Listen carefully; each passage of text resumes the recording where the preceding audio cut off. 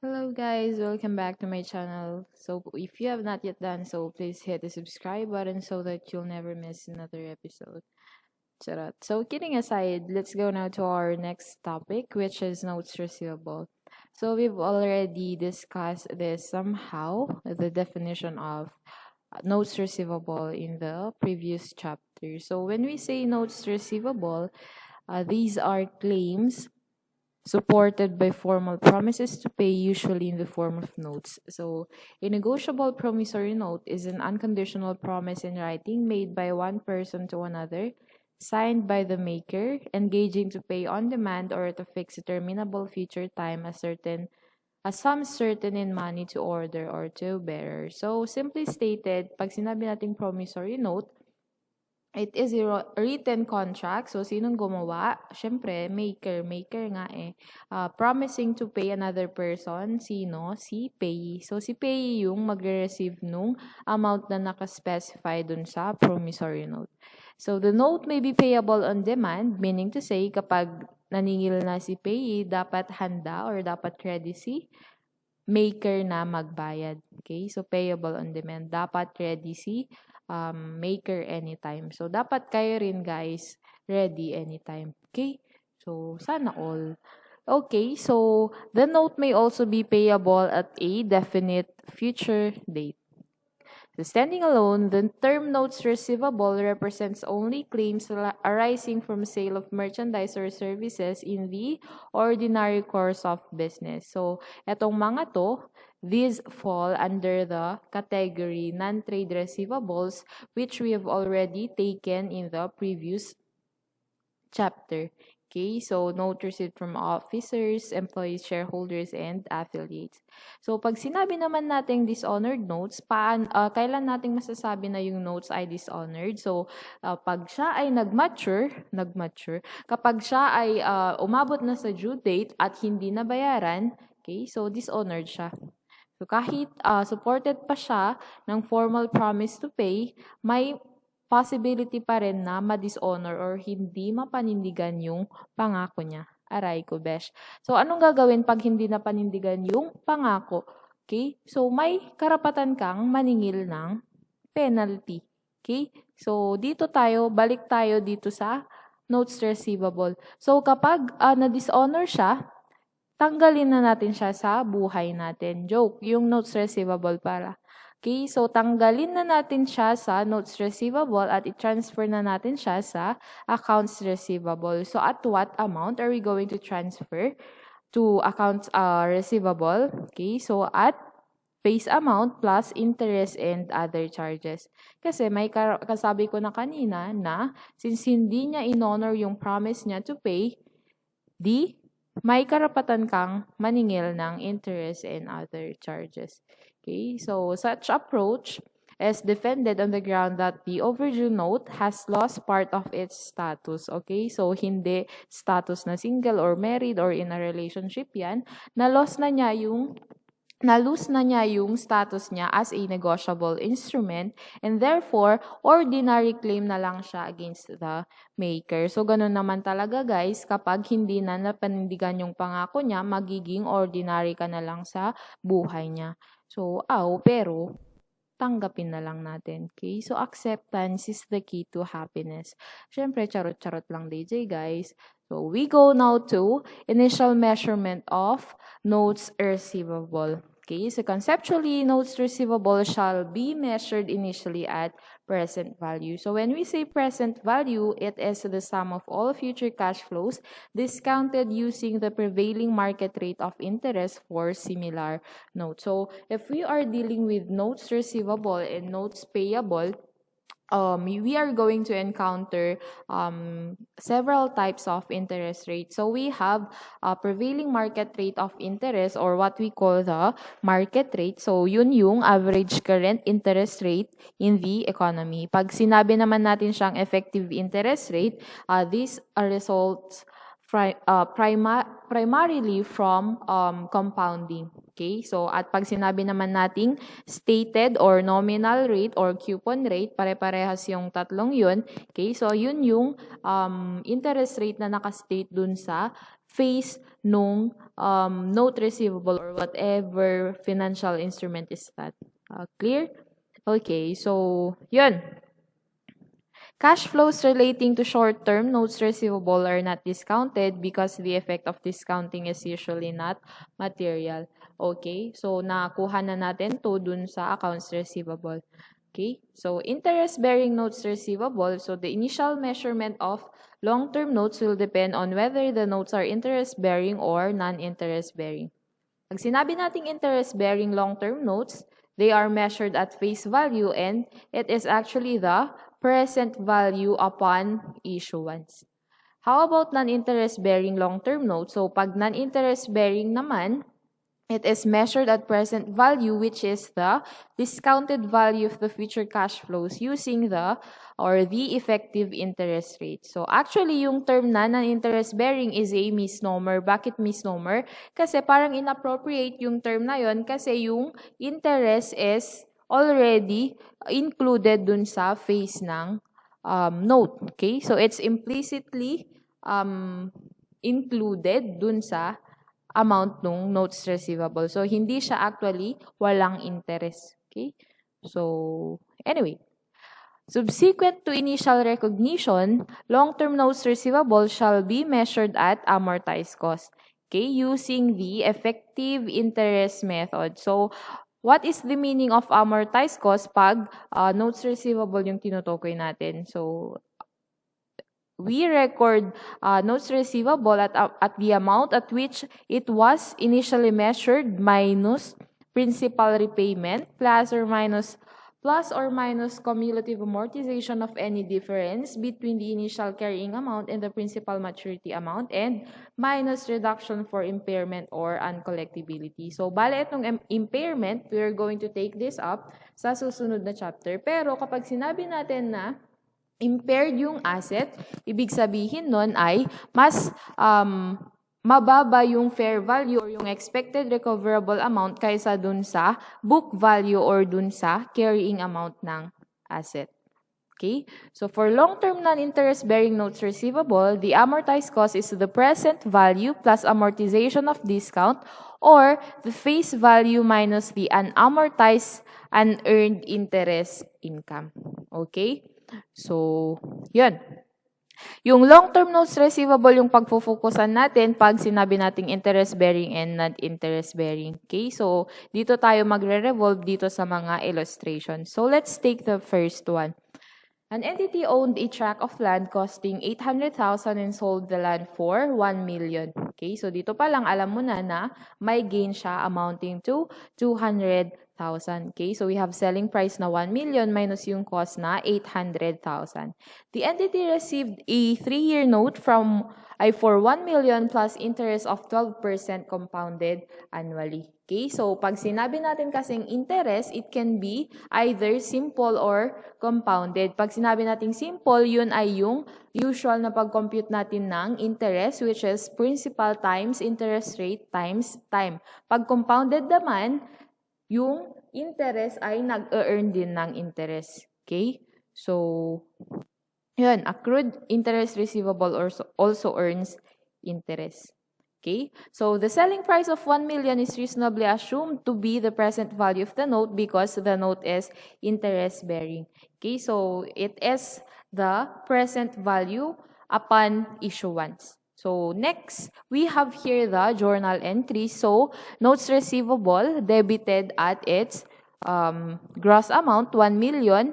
Land credited at cost na 800,000 at yung gain on sale na 200,000.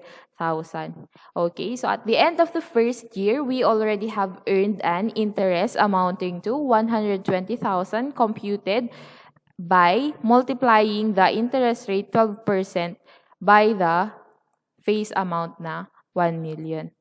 Okay? So, sa second year naman, bakit accrued interest receivable? Kasi, mare-receive mo pa lang sa, sinabi dito, okay? 3-year note. So, mare-receive mo pa lang after 3 years. Kaya, accrued interest receivable muna siya.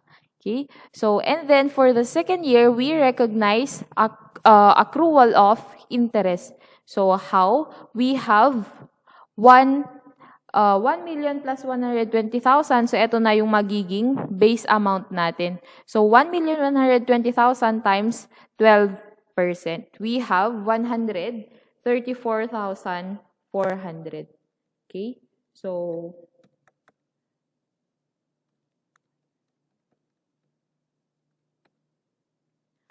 okay. So, next. For the third year, we have here the collection. So, nag-mature na siya. So, yung total na cash na makukollect natin is 1,404,928. Okay? So, bale, makukollect na natin siya dito. So, i-credit na natin yung accrued interest receivable, which is the sum of 120,000 yung interest niya sa first year and yung 134,400. And then, we also credit interest income, okay, for the third year. Clear? Okay. So, yun. Actually, may shortcut tayo kung paano natin i-compute yung carrying amount, yung 1,404,928. So, i-multiply lang natin yung 1 million times 1.12 raised to 3.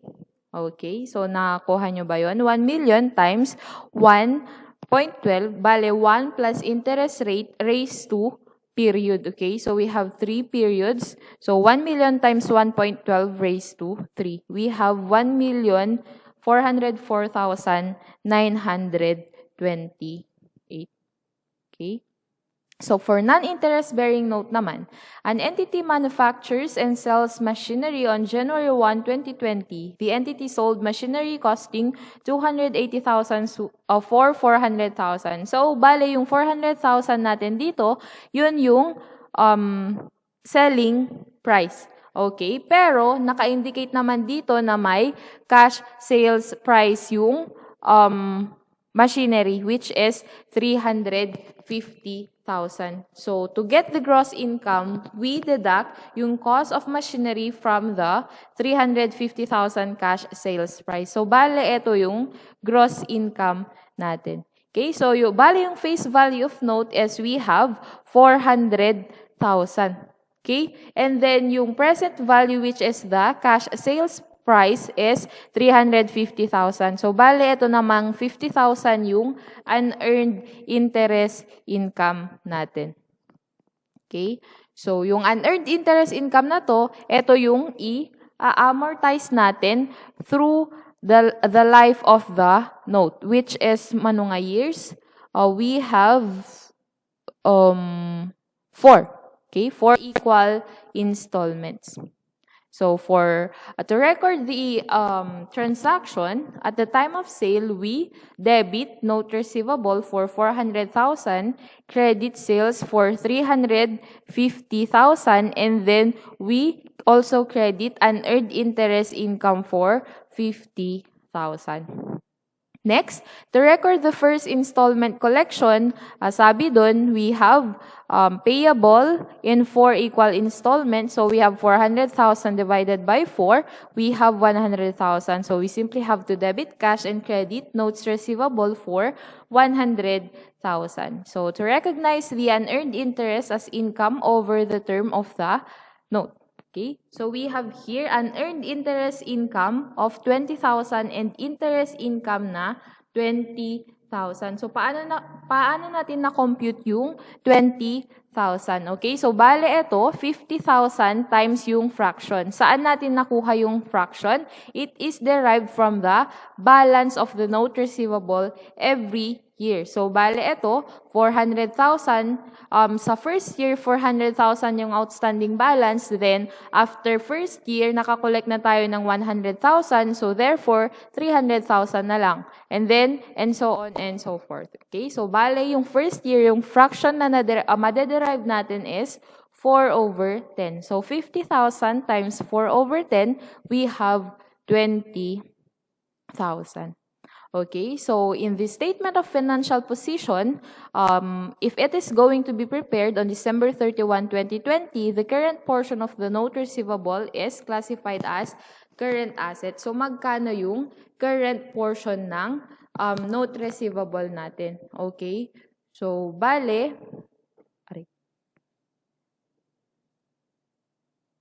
eto, we have 200,000 yung makokolek. Ay, wait lang. We have here yung note receivable na current portion which is to be collected sa 2021 is we have 100,000. I-deduct natin yung 15,000. So, bale yung current portion natin at amortized cost is 85,000. And then, yung total unearned interest income natin is we have 30,000. Eto, na-earn na to. So, nandun na, naka-record na tayo, na-deduct na natin yung 20,000 na na-earn na. Okay? So, bali yung natitira na lang na unearned is 30,000. Okay? So, we have realizable in 2021. So, we have it as the current portion. So, 15,000. And then, yung realizable naman beyond 1 year after the reporting period is 15,000 also. Okay? So, out of this 30,000, 15,000 yung current and 15,000 yung non-current. Okay? So, the non-current portion of the note receivable is classified as non-current asset. Siyempre, yung collectible beyond 1 year after the reporting period. So, bale, 100,000 yung makukolek sa 2021, yung 200,000 naman is makukolek sa 2022 and 2023. So, yun yung magiging part ng non-current. And of course, i-deduct natin yung unearned interest income, which is 15,000. So, yung carrying amount or amortized cost ng non-current receivable natin is 185,000. Okay, we go to non-interest bearing note. So on January 1, 2020, an entity sold an equipment with the cost of 250,000 for 400,000.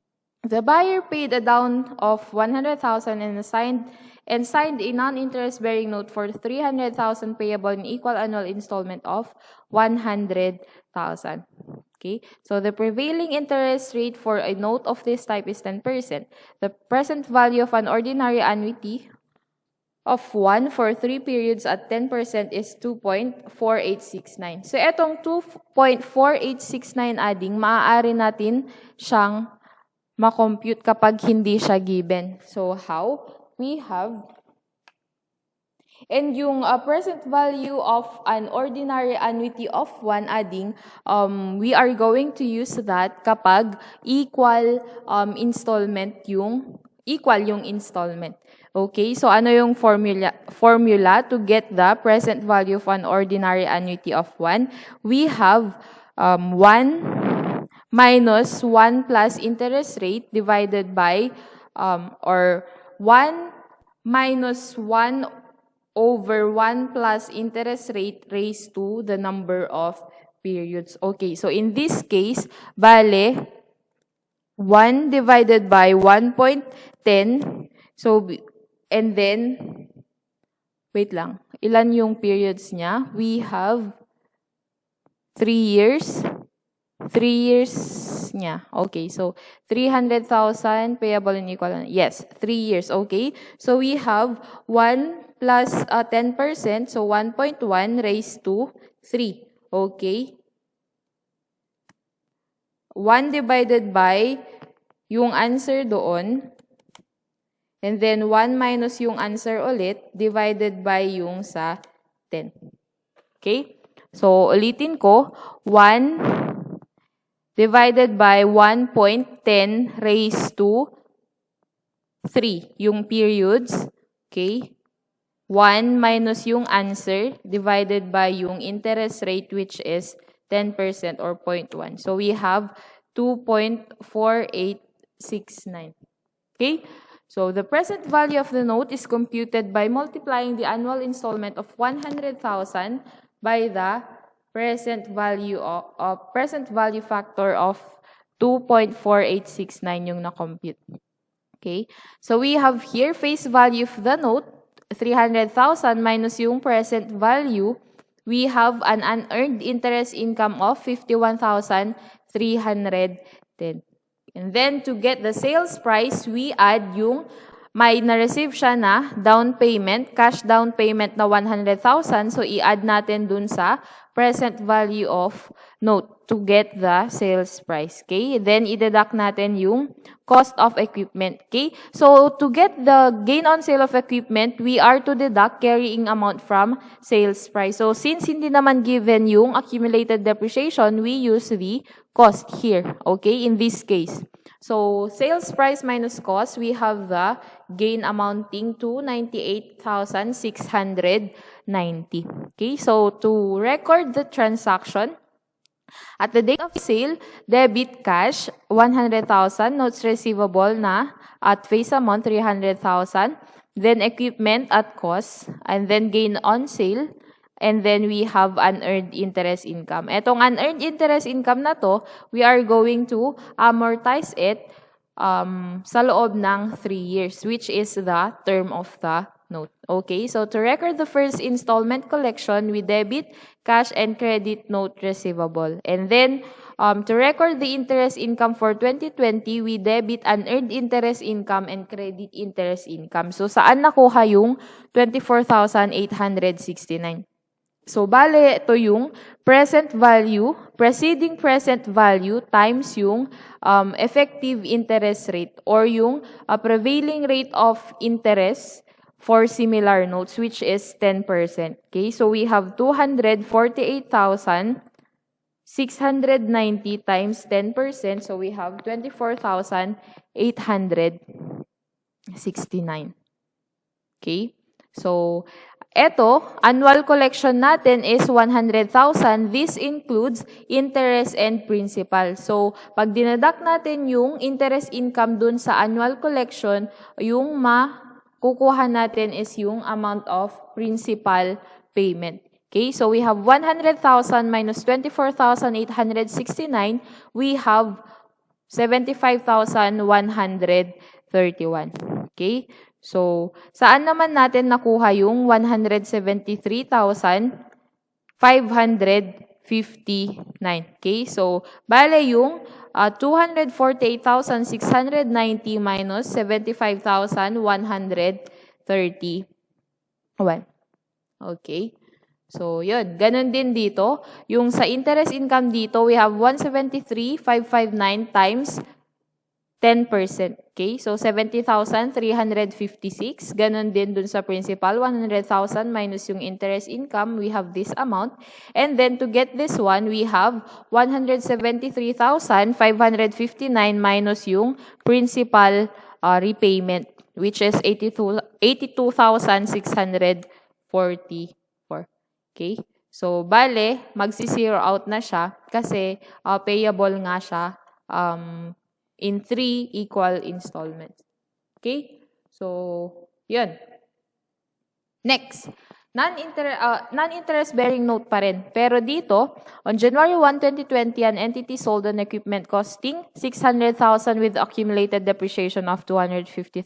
Ito yung sinasabi ko kanina, na kapag mayroong accumulated depreciation, we have to deduct it from the cost in order to get the book value or the carrying amount. So, magkano yung carrying amount natin dito? 600,000 minus 250, we have 350,000. Okay? The entity received as consideration 100,000 cash and a 400,000 non-interest-bearing note due on January 1, 2023. So, bale ito, lump sum payment siya kasi due pa lang siya sa January 1, 2023. Unlike sa mga previous examples natin na due every year. Okay? So, may equal installment sila. Dito, lump sum tayo. Okay? So, kung mapapansin nyo, yung ginamit dito is present value of 1. Yung mga nauna kanina, present value of an ordinary annuity of 1. Okay? So, yun. Pag kinompute naman natin to, we simply have to 1. Okay, so yung formula, we have 1 divided by 1 plus interest, in this case 10%, raised to the number of periods. Okay? So, we have 1 divided by 1.1 raised to 3 years. Okay? So we have 0.7513. So kung sumusunod kayo dito sa discussion, i-try nyo na dun sa calculator ninyo yung pag-compute ng present value, PV of 1 and PV of an ordinary annuity of 1. Okay? So, para kapag hindi given yung PV factor, alam nyo kung paano i-compute. Okay? So, next, yung face of note natin is we have 400,000. I-deduct natin yung present value. Paano makukuha yung present value? Yung lump sum amount na 400,000, i-convert natin to its present value. How? We multiply it by the present value of one factor. Okay? So, 75.7513. So, bale ito yung unearned interest income na i-amortize natin within 3 years. Okay? So, yun. The unearned interest income is sometimes described as discount on note receivable. Kasi, pag note receivable and note payable, may sinasabi tayong discount and premium. Okay? So, kunin nyo na lang yun dun sa chapter na yun. Basta may separate chapter yun, discount and premium on notes payable. Payable ata yun. Okay? So, next. Present value plus cash received, yun yung sales price niya, i-deduct natin yung carrying amount kasi given yung accumulated depreciation. So, ito yung gain on sale of equipment. Okay, so to record the sale, we debit yung cash na received, yung face value ng note, and then we debit yung accumulated depreciation kasi binenta na, di ba, yung accumulated depreciation, yung normal balance ay credit. So, since binenta mo na, tanggalin mo na rin siya. Paano mo matatanggal? I-debit mo kasi normal balance niya ay credit. Okay, and then equipment credited at cost. And then gain on sale of equipment and then unearned interest income. So at the end of year 1, we recognize interest income. So bawasan natin yung na-recognize natin na unearned interest income. So we debit unearned interest income 30,052 and then credit interest income for same amount. So, paano nakuha yung 30,052? So, we have 300,520 na preceding present value times yung 10%. Okay? So, yun. So, paano naman nakuha yung present value dito? We have 300,520 plus 30,052. Okay? 300,520 plus 30,052. So, yun. Or, we can also use yung other method. We have yung face amount, 400,000 minus yung unamortized unearned interest, which is 69,428. So, pareho yung makukuha natin. 330,572. Okay? So, yun. Okay, so sa 2021, we recognize yung amortization of interest. We have 330,572 times 10%. So, ito yun. 33,057. 2022, ganun din yung amortization of interest. Basta kapag meron na formulate nyo na tong table na to, madali na lang kasi you simply have to copy yung amounts, okay? So, pare-parehas lang naman yung entries, okay? So, sa pag-amortize ng interest, bawasan mo yung unearned interest income and then mag-recognize ka ng interest income. So, yun. And then, sa 2023, since lump sum siya, so 400,000 na yung face value. Kasi yung purpose natin dito, yung pag-amortize natin ng interest is to make the present value equal to the face value. Okay? So, yun. Okay. So, problems na. Problems na pala. Okay, so problem 6-1. So, dito,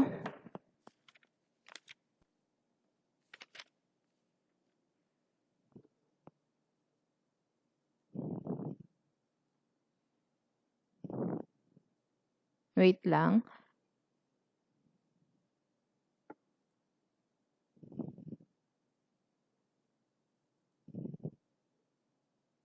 Mali.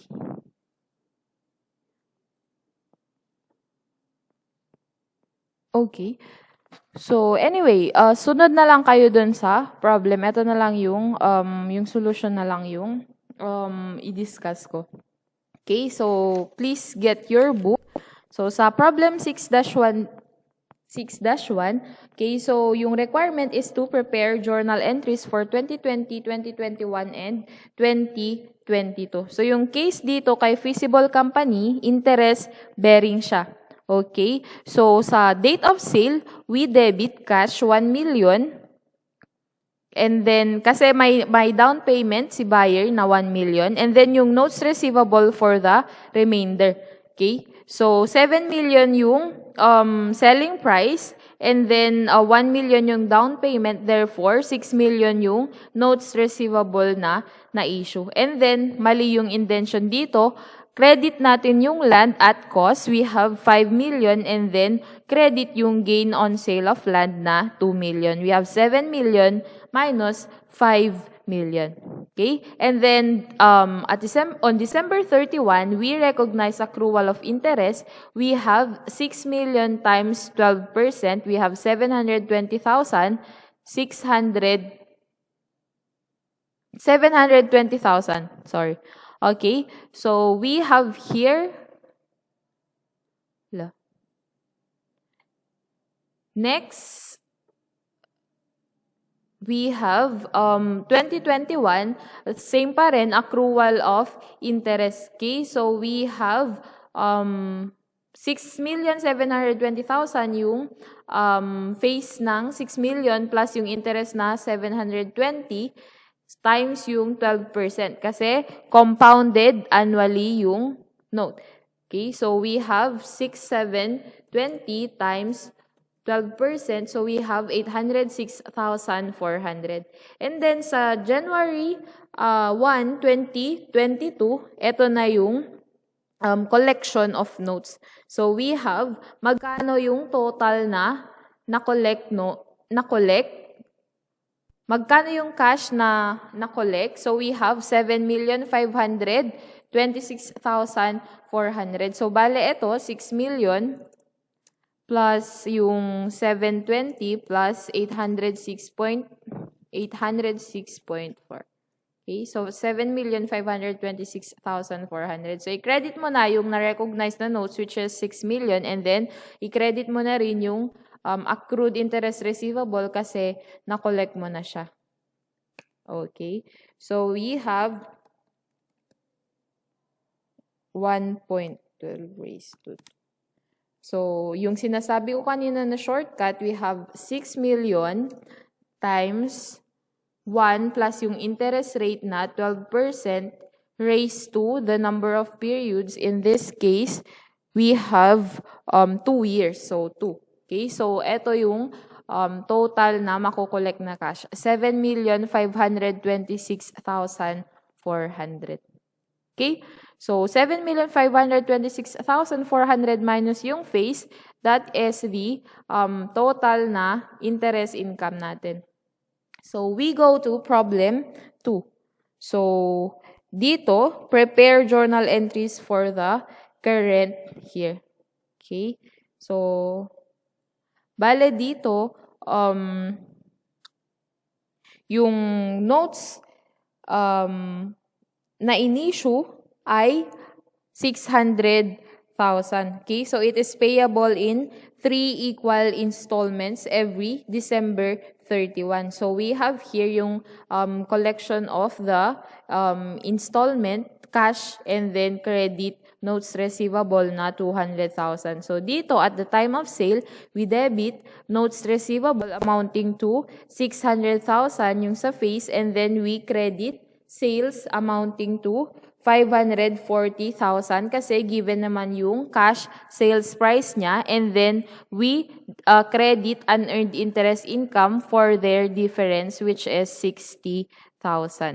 Okay, so yung 60,000 na to, i-amortize natin within 3 years.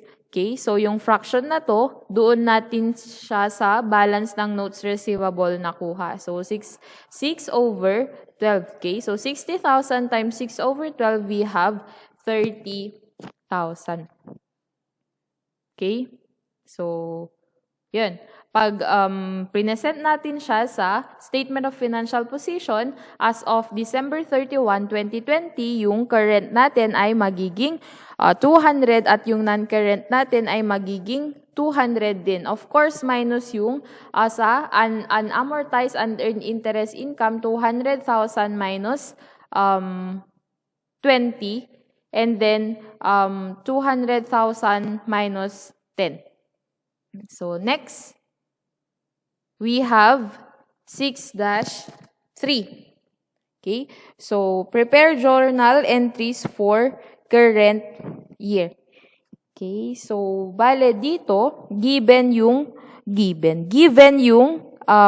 PV factor natin, present value of an ordinary annuity of 1 kasi payable in 3 equal annual installment. So for example, kung hindi given yung present value factor natin, ano yung interest rate natin? 12%. Okay, and then payable in 3 equal annual installment. Okay, so 1.12,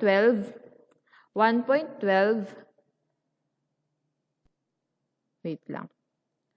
1 divided by 1.12 raised to 3. Okay, so yan, 1 minus yung, wala yung answer dito. 1 minus yung answer. Basta 1 minus yung answer divided by 12%. Ayaw kasi nung sa scientific calculator. Basta pag yung sa scientific calculator yung ginagamit nyo, 1 divided by 1 point, yung interest raised to number of periods, then 1 minus yung sa answer divided by the interest rate. Okay? So, yun. We have here the face value, which is 900,000 plus yung present value, we have yung equal annual installment na 300,000 times yung present value factor, PV of an ordinary annuity of 1. Okay? So, we have here yung unearned interest income natin, which is to be amortized within 3 years. So, 179,460. Okay, so bali yung sales price is yung present value, i-add natin yung down payment, yung na-receive na cash. So yung total na sales price is 820,540 minus yung cost kasi wala namang binigay na accumulated depreciation. So bale yung gross income natin is 120,540. Okay, so yun. We debit cash 100,000, debit notes receivable 900,000, credit sales, and then credit unearned interest income. So at the end of the year, we record the collection of the installment. So 300,000 cash and then credit notes receivable. And then yung amortization ng interest income. Okay? So, 720,540 times 12%. So, we have 86,464.8 or 86,465. And then, we have yung sa collection minus interest is equal to the principal. Okay? Yung interest naman is we have the preceding present value. Kastalatan, guys. Okay? Preceding present value times the effective interest rate. Okay? So, yan. Next, we have problem 6-4. So, Gullible Company. Okay, so ano yung requirement? So, prepare journal entries for 2020 and 2021. Okay, so, ang sabi dito, Gullible ganun next yung 5 equal the first payment December 31, 2021. Okay, so sa December 31, 2020 yung date of sale natin. Okay, so ano yung na-receive niya? We have 5 annual payments of 500,000. So the entity sold an equipment in exchange for a non-interest bearing note requiring 5 annual payments for 500,000. So we have 500,000 times 5 annual payment. So we have 2,500,000. And then yung sales, we have yung sa present value nung note. So we have 500,000 times 3.99. Bakit yung PV of an ordinary annuity yung ginamit natin? Kasi nga, 5 annual payment. Saka lang natin gagamitin yung PV of 1 at 8%, yung 0.68 kapag lump sum. In this case naman, installment. Okay? So, yun. And then, yung difference nung face value minus yung present value will be treated as an earned interest income. Okay? So, sa December 31, 2021, i-record natin yung first collection. We have debit cash and credit notes receivable na 500,000. And of course, huwag niyong kakalimutan yung pag-amortize nung interest income. Okay? So, we have 1,995,000 times yung rate na 8%. So, we have 159,600. So, requirement 2, determine the carrying amount of the note receivable on December 31, 2021. Okay? So, yung carrying amount natin, yung face nung note, 2,500,000 minus yung na-collect na 500,000 minus yung unearned interest income na 345,400. Okay? So, bale, magkano yung unearned interest income natin nung una? 500,000 minus yung na-recognize na natin na interest after 1 year, which is 159,600. So, bale, yung unamortized unearned interest income na lang na natitira ay 345,400. Therefore, yung carrying amount ng notes receivable as of December 31, 2021 is 1,654,600. Okay? So, requirement 3, determine the interest income for 2022. Okay? So, yun. Yung preceding present value, so 2021 times yung 8%, we have 132,368. And then, for problem 6-5 naman, dito, lump sum yung payment. Kaya yung gagamitin natin na PV factor or present value factor ay yung PV of 1. Okay, so paano natin mako-compute? 1 divided by 1.12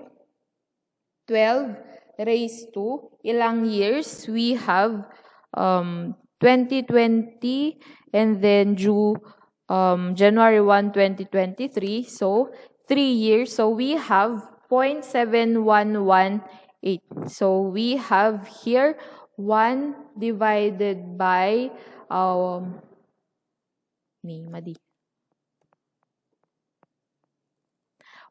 divided by 1.12 raised to 3. Okay, so bale yan. 0.7118. Okay?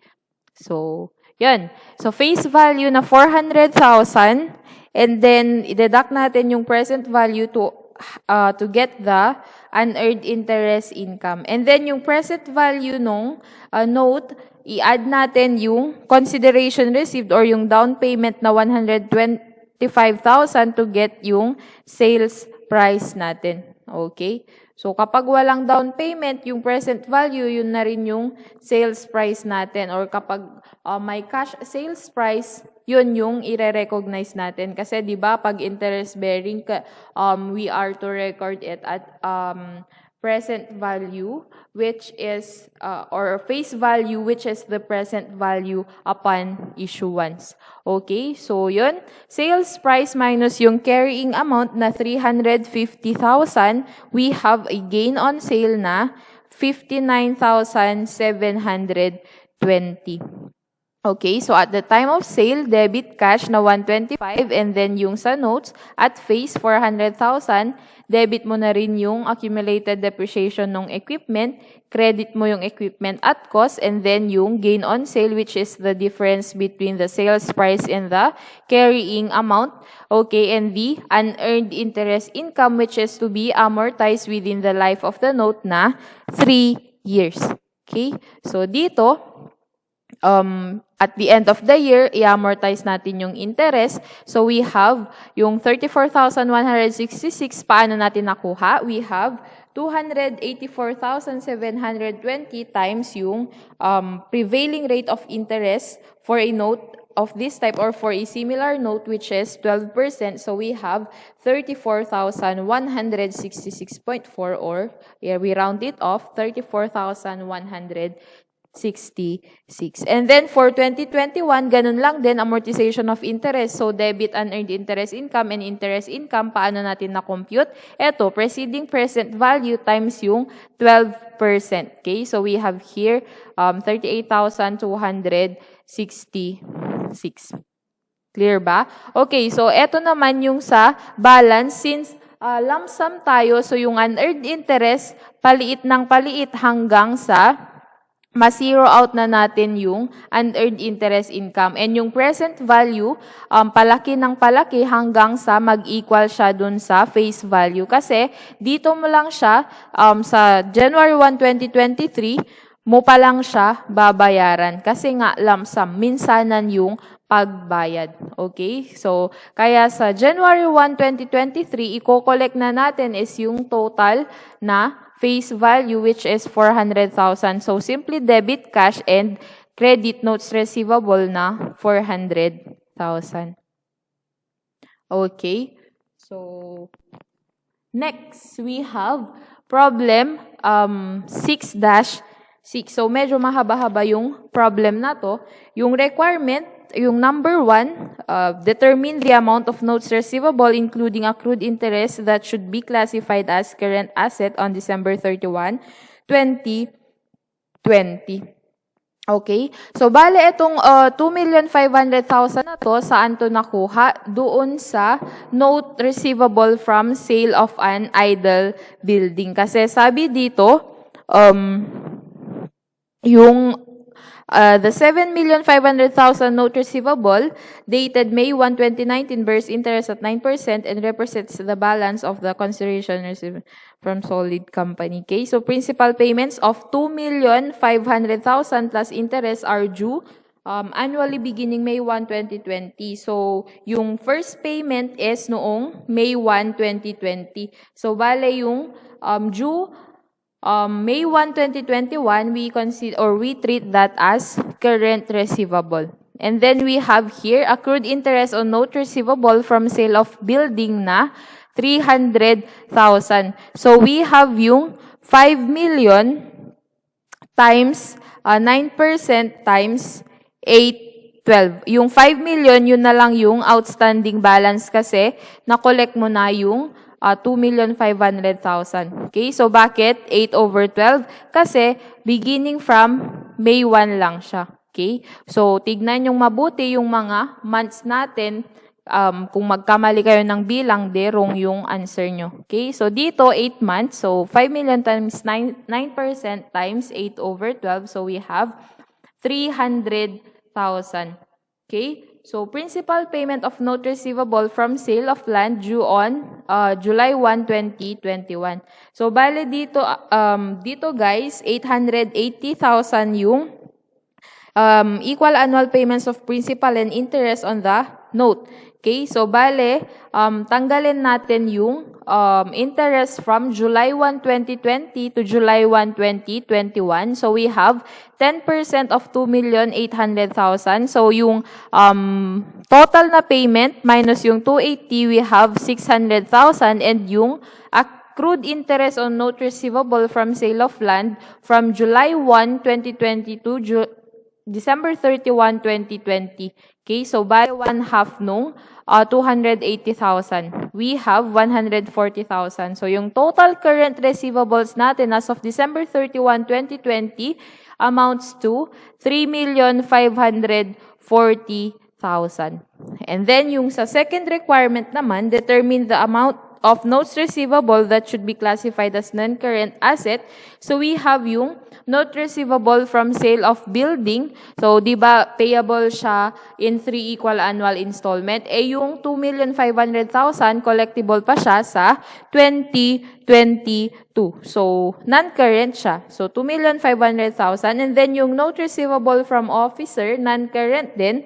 Bakit? Kasi sabi dito, the 2 million note receivable is dated December 31, 2017, bears interest at 8% and is due December 31, 2022. Kaya siya classified as non-current. And then yung note receivable from sale of land, yung non-current portion, so we have 2,800,000 na principal, i-deduct natin yung due July 1, 2021 na 600,000. Okay? So, answer, yung sa total non-current notes receivable as of December 31, 2020 ay 6,700,000. Okay? So, hanggang dito lang yung i-discuss ko sa problems. Kapag may questions kayo sa mga succeeding problems, just feel free to comment or to raise your questions in the comment sections. Comment section, gagawa ko ng Q&A portion dun sa FB group natin. Okay? So, see you on the next, I see you. Hindi ko pala kayo nakikita. Okay, so sa susunod ulit, guys, hintayin nyo na lang yung susunod na recording ko dun sa, recording natin dun sa chapter 7. Okay? So, sorry for keeping you wait, pero yun, matuto kayong maghintay, guys. Everything worth having is worth waiting for. Pero syempre, hang kung maibagbaga nga worth waiting for detoy, discussion ko kasi mabalin yung mat nga basaan. Okay, so yun, inlak ko gamin detoy ruangan, tapno awan timang riribok, ket aluklok tandan, so nga masapol ko nga i-end din kasi adati somrat. Okay guys, share ko lang. Bye!